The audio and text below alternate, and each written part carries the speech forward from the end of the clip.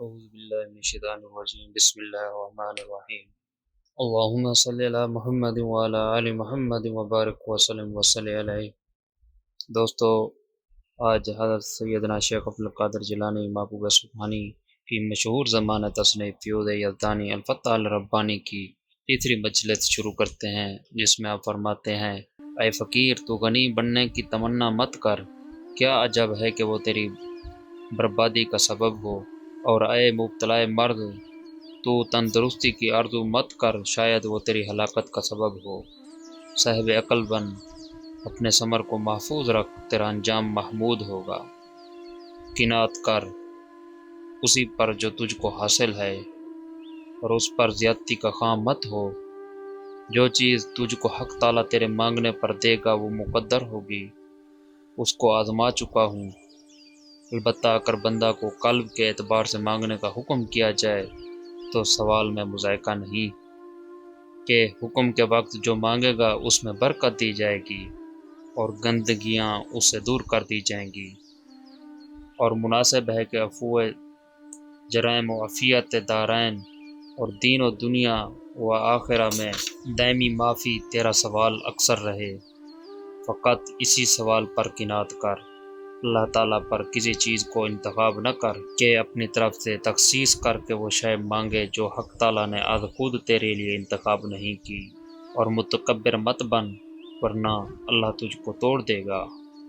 اپنی جوانی اور اپنی قوت اور اپنے مال کے گھمنڈ میں اللہ تعالیٰ اور اس کی مخلوق پر تکبر مت کر، ورنہ وہ تجھ کو گرفتار کرے گا اور پکڑے گا۔ ان کا سا پکڑنا جن کو پہلے پکڑ چکا ہے، بس اس کی پکڑ سخت دردناک ہے۔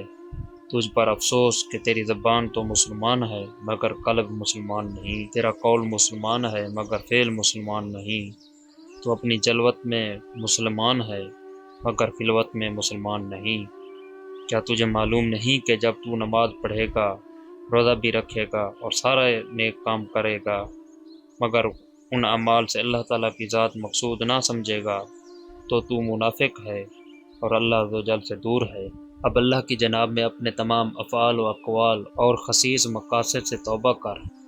فلاح پانے والے وہی لوگ ہیں جن کے اعمال میں مخلوق کی خوشامد نہ ہو، وہی لوگ صاحب یقین ہیں، اہل توحید ہیں، مخلص ہیں، اللہ کی ڈالی ہوئی مصیبت و آفات پر صبر کرنے والے ہیں، اس کی نعمتوں اور عطاؤں پر شکر کرنے والے ہیں، اس کا ذکر کرتے رہتے ہیں اپنی زبانوں سے، اپنے قلوب سے، اور اس کے بعد اپنے باطن سے۔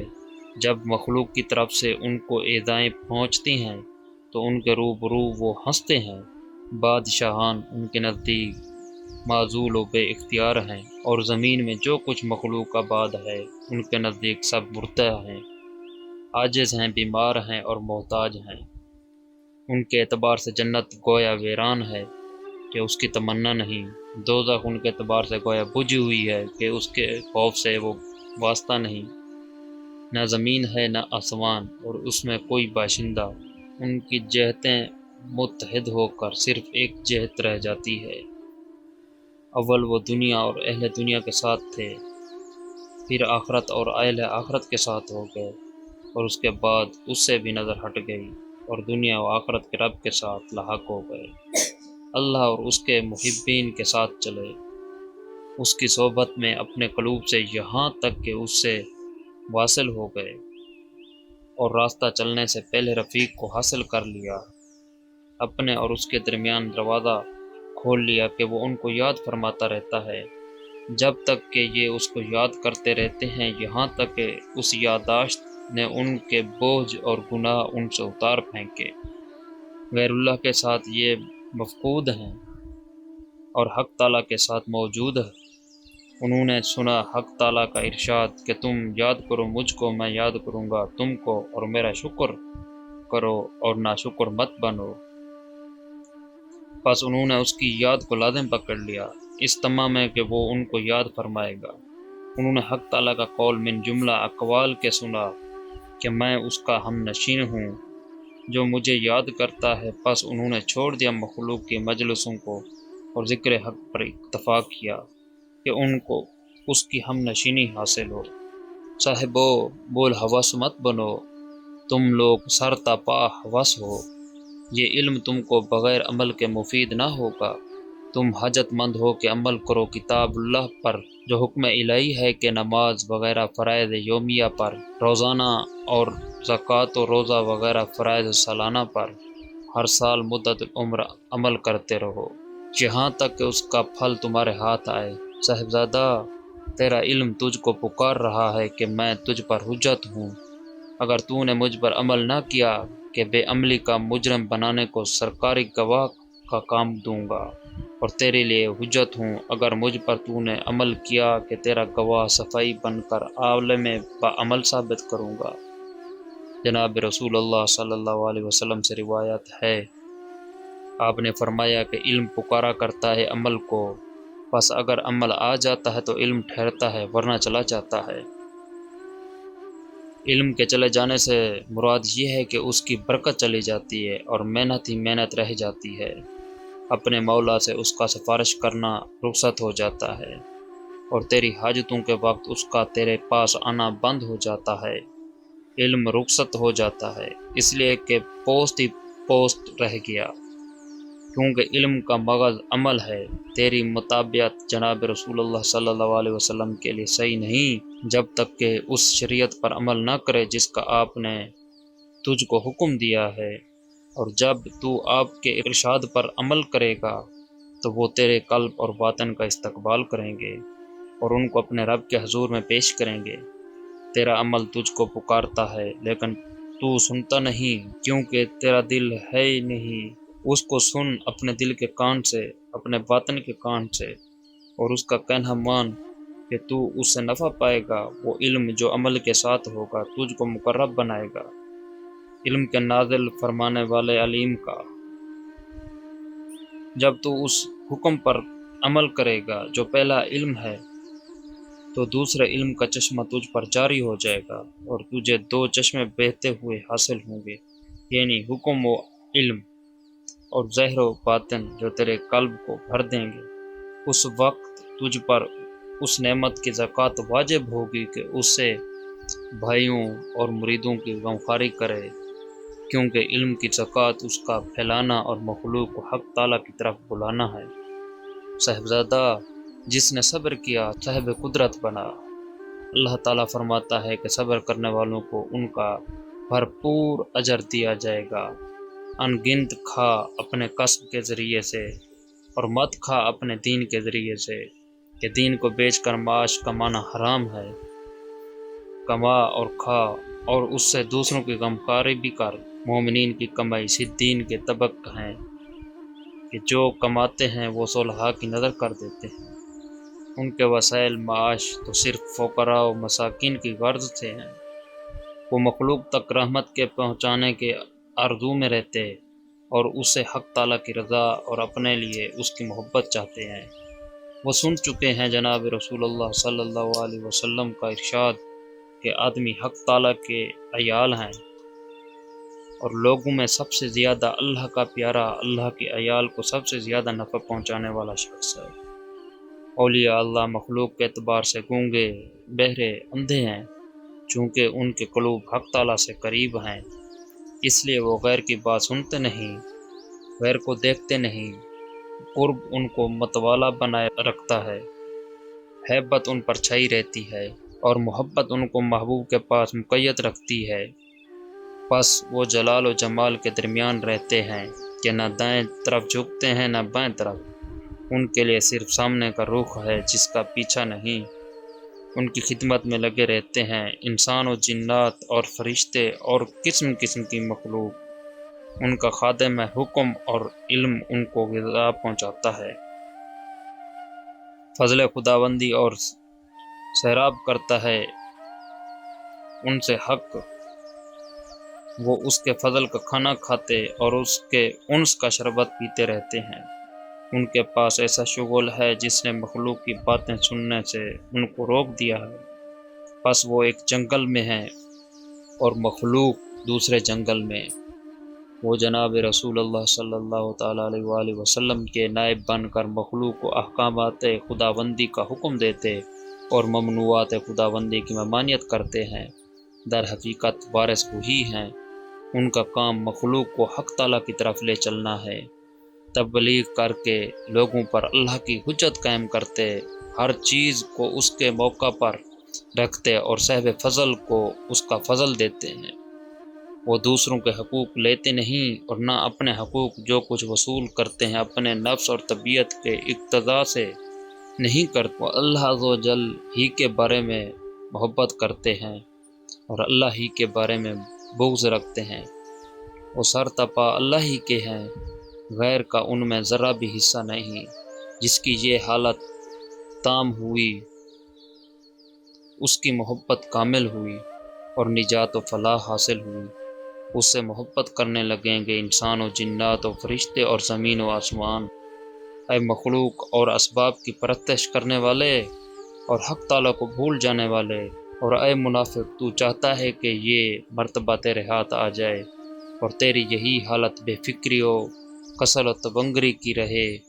جواب ہے تیری کوئی حرمت اور عزت نہیں ہے کہ بلا محبت و کسب عطا کا مستحق ہو۔ گردن جھکا پھر توبہ کر، اس کے بعد علم سیکھ، عمل کر اور اخلاص پیدا کر۔ اگر یہ نہ ہو تو کبھی ہدایت نہ پائے گا۔ افسوس ہے تجھ پر، میرے اور تیرے درمیان کچھ عداوت نہیں ہے کہ اسی کی وجہ سے جھڑکتا ہوں، بجز اس کے کہ میں سچی بات کہتا ہوں اور سچ بات تلخ معلوم ہوا کرتی ہے، اور اللہ کے دین کے متعلق تیرا لحاظ قائم نہیں رکھتا۔ بے شک میری تربیت مشائخ کے درشت کلام اور غربت و فقر کی درشتی پر ہوئی ہے کہ بددینی دیکھ کر ضبط اور نصیحت کے وقت رعایت نہیں کر سکتا۔ جب میری طرف سے تجھ کو کوئی قول معلوم ہو تو اس کو اللہ عز و جل کی طرف سے سمجھ کر قبول کر، کیونکہ وہی ہے جس نے مجھ سے کہلوایا۔ جب تو میرے پاس آیا کرے تو اپنے آپے سے برہنہ ہو کر آیا کر، یعنی اپنے نفس اور اپنی خواہش کے کپڑے اتار کر۔ اگر تیرے دل کی آنکھیں ہوتی تو مجھ کو بھی تو دیکھتا برہنہ، یعنی اپنے نفس و بلا خواہش، مگر تیری بیمار سمجھ تیرے لیے آفت ہے کہ بھلی بات عداوت و سختی معلوم ہوتی ہے۔ اے مجھ سے نفع اٹھانے اور میری صحبت میں رہنے کے خواہش مند، میری حالت تو یہ ہے کہ نہ اس میں مخلوق ہے، نہ دنیا ہے، نہ آخرت۔ بس جو شخص میرے ہاتھ پر توبہ کرے گا اور میری صحبت میں رہے گا اور میرے متعلق اپنا گمان اچھا رکھے گا اور جو کچھ میں کہوں گا اس پر عمل کرتا رہے گا تو انشاءاللہ تعالی ایسا ہی وہ ہو جائے گا۔ انبیاء کی تربیت حق تعالی اپنے کلام سے فرماتا ہے اور اولیاء کی تربیت اپنی حدیث سے۔ حدیث سے مراد الہام ہے جو ان کے قلوب میں کیا جاتا ہے، کیونکہ وہ انبیاء کے وصی ہیں، انبیاء کے خلفاء و جانشین اور ان کے غلام ہیں۔ اللہ عز و جل کلام فرماتا ہے، چنانچہ موسیٰ سے کلام فرمایا اسی نے، ان سے کلام فرمایا تھا کسی مخلوق نے نہیں، ان سے خالق ہی نے کلام فرمایا، علام الغیوب ہی نے کلام فرمایا۔ ایسا کلام جس کو انہوں نے سمجھ لیا اور بلا واسطہ ان کی عقل تک پہنچ گیا۔ نیز اس نے کلام فرمایا ہمارے نبی حضرت محمد صلی اللہ علیہ وسلم سے بلا واسطہ۔ یہ قرآن اللہ کی ایک مضبوط رسی ہے جو تمہارے درمیان اور تمہارے رب جل شانہ کے درمیان ہے، کہ اس کے واسطے سے خدا تک رسائی ہوتی ہے۔ اس کو جبرائیل علیہ السلام نے آسمان سے خاص اللہ پاک کی طرف سے اتارا اور نازل کر دیا۔ رسول اللہ صلی اللہ علیہ وسلم کی طرف جیسا کہ فرمایا اور خبر دی ہے، اس کا انکار کرنا جائز نہیں۔ اے میرے اللہ سب کو ہدایت دے، سب پر توجہ فرما اور سب پر رحم کر۔ امیر المؤمنین معتصم باللہ کی حکایت ہے کہ جس وقت ان کو موت آئی تو انہوں نے کہا کہ باخدا میں اللہ کی جانب میں توبہ کرتا ہوں اس حرکت سے جو میں نے احمد بن حنبل کے بارے میں کی، حالانکہ میں ان کے اس اعزاز رسانی و اہانت کے قصے کا محرک نہ تھا اور دوسرے ہی اس کے بانی و مبانی تھے، مگر پھر بھی مجھ پر واجب تھا کہ دوسروں کے کہنے میں نہ آتا اور امام ممدوح پر ظلم نہ کرتا۔ اے مسکین، ایسے معاملات میں گفتگو کرنا چھوڑ دے جو تجھ کو نفع نہ دیں۔ مذہب کے بارے میں تعصب کو چھوڑ، اپنے امام کے سوا دوسروں پر طعن کرنے لگے اور مشغول ہو ایسے کام میں جو تجھ کو فائدہ پہنچائے دنیا اور آخرت میں۔ عنقریب تو اپنا انجام دیکھ لے گا اور یاد کرے گا میری باتوں کو، بہت جلد تو دیکھے گا نیزہ بازی کے وقت جب کہ تیرے سر پر خود بھی نہ ہوگا کہ اس پہ کتنے پورے اور کاری زخم آئے۔ اپنے قلب کو دنیا کے تفکرات سے خالی کر کہ تو عنقریب ان سے رخصت ہو جائے گا۔ دنیا کی خوش عیشی کا طالب مت بن کہ یہ تیرے ہاتھ نہ آئے گی۔ جناب رسول اللہ صلی اللہ علیہ وسلم نے فرمایا ہے کہ عیش بس آخرت کا عیش ہے۔ اپنی آرزو کو کوتاہ کر کہ دنیا میں زہد حاصل ہو جائے گا، کیونکہ سارا زہد آرزو کو کم کر لینا ہی ہے۔ برے ہم نشینوں کو چھوڑ، اپنے اور ان کے درمیان محبت کے علاقہ کو توڑ، اپنے اور نیکوکاروں کے درمیان اس تعلق کو جوڑ۔ اگر قریبی رشتہ دار بھی من جملہ بدکار ہم نشینوں کے ہو تو اس سے الگ ہو جا، اور دور والے سے دوستانہ کر بشرطے کہ وہ اچھا ہم نشین ہو۔ جس سے تو دوستانہ کرے گا تیرے اور اس کے درمیان قرابت ہو جائے گی۔ بس دیکھ لیا کر کہ کسی شخص سے دوستانہ کرتا ہے۔ بعض صلحاء سے پوچھا گیا کہ قرابت کیا ہے تو فرمایا دوستانہ جو تیرے حصے میں لکھ دیا گیا اس کی طلب بھی چھوڑ، اور جو نہیں لکھا گیا اس کی بھی طلب چھوڑ، اس لیے کہ جو مقدر ہو چکا ہے اس کی طلب محض مشقت ہے کہ بلا طلب بھی ضرور حاصل ہوتی ہے، اور جو مقدر نہیں اس کی طلب عذاب اور رسوائی ہے کہ فضول محنت بھی اٹھائی اور حق تعالیٰ کو بھی ناراض کیا۔ اور اسی لیے جناب رسول اللہ صلی اللہ علیہ وسلم نے فرمایا ہے کہ یہ بھی بندہ پر اللہ کا عذاب ہے کہ جو چیز قسمت میں نہیں اس کا طالب ہو۔ صاحبزادہ اللہ کی صنعت سے اس کے وجود پر دلیل پکڑ، غور کر اس کی صنائی میں کہ پہنچ جائے گا ثنا تک۔ صاحب یقین و معرفت کے لیے دو آنکھیں ظاہری ہیں اور دو آنکھیں باطنی۔ پس ظاہری آنکھوں سے تو ان چیزوں کو دیکھتا ہے جو حق تعالیٰ نے آسمانوں میں پیدا فرمائی ہیں، اس کے بعد قلب سے پردے اٹھا دیے جاتے ہیں، پس حق تعالیٰ کو دیکھتا ہے بلا تشبیہ اور بلا کیفیت، پس مقرب و محبوب بن جاتا ہے، اور محبوب سے کوئی چیز پوشیدہ نہیں رکھی جاتی۔ ہاں، پردے اسی قلب سے اٹھا دیے جاتے ہیں جو برہنہ ہو چکا ہو، مخلوق سے، طبیعت سے، خواہش سے، نفس سے اور شیطان سے، اور اس کے ہاتھ سے زمین کے خزانوں کی کنجیاں گرا دی جاتی ہیں، پس اس کے نزدیک پتھر اور ڈھیلے یکساں ہو جاتے ہیں۔ عقل مند بن اور سوچ کہ میں کیا کہتا ہوں، سمجھ سے کام لے کہ میں کلام کے مغز پر پہنچا ہوا ہوں اور سنا رہا ہوں، اور اس کا جوہر، اس کا اندرون اور اس کے معنی کی نصیحتیں۔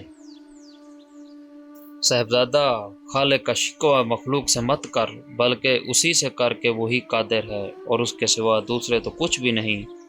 راز کا چھپانا مصیبتوں، بیماریوں اور خیرات کا مخفی رکھنا من جملہ خوبیوں کے خزانوں کے ہے۔ اپنے دہنے ہاتھ سے خیرات دے اور کوشش کر کے اس کی خبر تیرے بائیں ہاتھ کو بھی نہ ہو۔ اس بحر دنیا سے ڈر کے تیری مخلوق اس میں ڈوب چکی ہے۔ مخلوق میں کوئی اس سے نجات پاتا ہے۔ یہ بڑا گہرا سمندر ہے، اس سے نجات کر سکتا ہے مگر ہاں اللہ عز و جل اپنے بندوں میں سے جس کو چاہتا ہے اس سے نجات دے دیتا ہے۔ جیسا کہ قیامت کے دن ایمان والوں کو دوزخ سے نجات دے گا کہ سب ہی پل صراط کے واسطے سے اس پر عبور کریں گے، اور اللہ اپنے بندوں میں سے جس کو چاہے گا بچا لے گا۔ اللہ فرماتا ہے تم میں کوئی بھی ایسا نہیں جو اس پر ہو کر گزرے، یہ تیرے رب پر ضروری و طے شدہ بات ہے۔ اللہ عز و جل دوزخ سے فرما دے گا کہ ٹھنڈی اور سلامت والی بنی رہو یہاں تک کہ گزر لے میرے بندے جو مجھ پر ایمان لائے، جو میرے مخلص تھے، جنہوں نے مجھ پر رغبت کی اور ماں سوا سے زہد و بے رغبتی اختیار کی۔ آگ سے حق تعالیٰ یہ ارشاد فرمائے گا جیسا کہ نمرود کی آگ سے فرمایا تھا، جس کو اس نے سلگایا تھا تاکہ اس میں ابراہیم علیہ السلام کو جلائے۔ اسی طرح اللہ عز و جل دنیا سے جو گویا غرق کن سمندر ہے فرماتا ہے کہ اے بحر دنیا، اے پانی، اس بندہ کو غرق مت کیجیے جو میرا مطلوب و محبوب ہے، پس وہ اس سے نجات پا جاتا ہے، اور کسی کو خبر بھی نہیں ہوتی جیسا کہ موسیٰ علیہ السلام اور ان کی قوم کو اس دریائے نیل سے نجات دی۔ وہ جس پر چاہے فضل فرمائے اور جس کو چاہے رزق دے بے شمار۔ ساری بھلائی اس کے ہاتھ میں ہے، دین اس کے ہاتھ میں ہے، دنیا اس کے ہاتھ میں ہے، تونگری اس کے ہاتھ میں ہے، فقر اس کے ہاتھ میں ہے، اور عزت و ذلت اس کے ہاتھ میں ہے۔ اس کے ساتھ کسی کے ہاتھ اختیارات کچھ بھی نہیں، بس عقل مند وہی ہے جو اس کے دروازے کو چپٹ جائے اور دوسرے کے دروازے سے منہ پھیر لے۔ اے مبتلائے ادبار، میں تجھ کو دیکھتا ہوں کہ مخلوق کو راضی کرتا ہے اور خالق کو ناراض، اپنی دنیا کی آبادی کے پیچھے اپنی آخرت کو ویران کیے دیتا ہے۔ عنقریب تو گرفتار ہوا چاہتا ہے، تجھ کو پکڑے گا وہ کہ جس کی پکڑ سخت و دردناک ہے۔ اس کی پکڑ کے مختلف طریقے ہیں، تجھ کو پکڑے گا، تیری ولایت سے تجھ کو معزول فرما کر تجھ کو پکڑے گا، مرض سے، ذلت سے اور فقر سے تجھ کو پکڑے گا، سختیوں اور طرح طرح کے رنج و غم مسلط فرما کر تجھ کو پکڑے گا، مخلوق کی زبانوں اور ہاتھوں کو تیرے اوپر حاکم بنا کر اپنی ساری مخلوقات کو تیرے اوپر مسلط کر دے گا۔ اے سونے والے بیدار ہو، اے میرے اللہ ہم کو بیدار فرما اپنے ساتھ اور اپنے لیے، آمین۔ صاحبزادہ، دنیا حاصل کرنے میں ایسا مت بن جیسے رات کے وقت لکڑیاں جمع کرنے والا کہ اسے خبر نہیں کہ اس کے ہاتھ میں کیا آتا، یعنی لکڑی ہے یا سانپ۔ میں تجھ کو دیکھتا ہوں کہ اپنے کاروبار میں ایسا ہے جیسے لکڑیاں جمع کرنے والا سخت اندھیری رات میں کہ نہ اس میں چاند ہے نہ کوئی روشنی اس کے ساتھ ہے، نیز وہ بھی ایسے ریگستان میں ہے جہاں پھسلن اور کیڑے مکوڑے بکثرت ہیں، پس قریب ہے کہ ان میں سے کوئی اس کو قتل کر ڈالے۔ لکڑیاں جمع کرنے کے لیے دن کا وقت لازم پکڑ، تاکہ آفتاب کی روشنی تجھ کو ایسی چیز پر ہاتھ ڈالنے سے روکتی رہے جو تجھ کو نقصان پہنچانے والی ہو۔ بس اپنے کاروبار اور مشاغل میں توحید اور شریعت اور تقوی کے آفتاب کے ساتھ رہے، کیونکہ یہ آفتاب تجھ کو خواہش اور نفس اور شیطان اور مخلوق کو شریک کے خدا سمجھنے کے جال میں پھنسنے سے محفوظ رکھیں گے اور رفتار میں عجلت کرنے سے روکے رہیں گے۔ تجھ پر افسوس ہے، جلدی مت کر، جو جلدی کرتا ہے وہ غلطی کھاتا یا غلطی کے قریب پہنچ جاتا ہے، اور جو اطمینان سے چلتا ہے وہ راہیاب ہوتا ہے یا قریب ہے کہ راہیاب ہو۔ جلد بازی شیطان کا کام ہے اور سوچ سمجھ کر کام کرنا رحمان کا۔ اکثر جو عجلت پر تجھ کو برانگیختہ کرتی ہے وہ دنیا جمع کرنے کی حرص ہے۔ قناعت اختیار کر، کیونکہ قناعت ایسا خزانہ ہے جو کبھی ختم نہ ہوگا۔ ایسی چیز کا طالب کیوں ہوتا ہے جو تیرے لیے مقدر نہیں اور جو تجھ کو کبھی ملے گی نہیں؟ روک لے اپنے نفس کو اور اسی موجود پر راضی اور اس کے ماسوا سے بے رغبت بن جا، اس پر جمع رہے یہاں تک کہ تو اللہ عز و جل کی معرفت والا بن جائے۔ بس اس وقت تو ہر شے سے بے نیاز ہو جائے گا، قلب تیرا اعتماد کرے گا اور باطن تیرا صاف ہوگا، اور تیرا رب عز و جل تجھ کو تعلیم فرمائے گا۔ بس دنیا تیرے چہرے کی زہری آنکھوں میں حقیر بن جائے گی اور آخرت تیرے قلب کی دونوں آنکھوں میں حقیر دکھلائی دے گی، اور ما سوا اللہ تیرے باطن کی دونوں آنکھوں میں حقیر معلوم ہوں گے، اور کوئی چیز بھی بجز حق تعالی شانہ کے تیرے نزدیک با عظمت نہ رہے گی۔ بس اس وقت ساری مخلوق کے نزدیک تو با عظمت بن جائے گا۔ صاحبزادہ، اگر تو چاہتا ہے کہ تیرے سامنے کوئی دروازہ بھی بند نہ ہو تو اللہ عز و جل سے ڈرتا رہے، بس یہ ہر دروازہ کی کنجی ہے۔ اللہ تعالیٰ فرماتا ہے، اور جو شخص اللہ سے ڈرتا ہے اللہ اس کے نکلنے کے لیے راستہ کر دیتا ہے اور اس کو رزق دیتا ہے جہاں سے اس کا گمان بھی نہیں ہوتا۔ حق تعالیٰ سے معارضہ نہ کر کہ ایسا کیوں کیا اور ایسا کیوں نہ کیا، اپنے نفس کے بارے میں، نہ اپنے بال بچوں کے بارے میں، نہ اپنے مال کے بارے میں، نہ اپنے ہم عصروں کے بارے میں۔ کیا تجھے شرم نہیں آتی کہ خدا پر حکم چلاتا ہے کہ اس حالت کو بدل دے اور متغیر کر دے؟ تو اس سے بھی بڑا حاکم، بڑا عالم اور بڑا رحیم ہو گیا۔ تو اور ساری مخلوق اس کے غلام اور بندے ہیں، وہی تیرا بھی مدبر ہے اور مخلوق کا بھی منتظم۔ اگر تو اس کے ساتھ رہنا چاہتا ہے دنیا اور آخرت میں تو لازم پکڑ اس سکون اور خاموشی اور گونگے بن جانے کو۔ اولیاء اللہ اس کے حضور میں مؤدب رہتے ہیں، اپنے قلوب کے لیے اس کی صریح اجازت ہوئے بغیر نہ حرکت کرتے ہیں اور نہ قدم اٹھاتے ہیں۔ مباح چیزوں میں سے بھی کوئی چیز نہیں کھاتے، نہ پہنتے ہیں، نہ نکاح کرتے ہیں، اور نہ اپنے اسباب میں کسی شے کے اندر کوئی تصرف کرتے ہیں بغیر اس کے کہ ان کے قلوب کو الہام کے ذریعے صریح اجازت حاصل ہو۔ وہ دست بستہ قائم ہیں، حق عز و جل کے حضور کھڑے ہوئے ہیں، مقلب القلوب والابصار کے حضور۔ ان کے اپنے رب عز و جل کے بارے میں قرار نہیں جب تک وہ اس سے نہ ملیں، دنیا میں اپنے قلوب کے ساتھ اور آخرت میں اپنے احسان کے ساتھ۔ یا اللہ ہم کو نصیب فرما اپنی لقاء دنیا میں اور آخرت میں، ہم کو لذت بخش اپنے قرب اور اپنے دیدار کی۔ ہم کو بنا ان لوگوں میں جو تیرے سوا کو چھوڑ کر تجھ سے راضی ہوتے ہیں، اور ہم کو عطا فرما دنیا میں بھی بھلائی اور آخرت میں بھی بھلائی، اور بچا ہم کو دوزخ کے عذاب سے۔ وآخر دعوانا ان الحمد للہ رب العالمین۔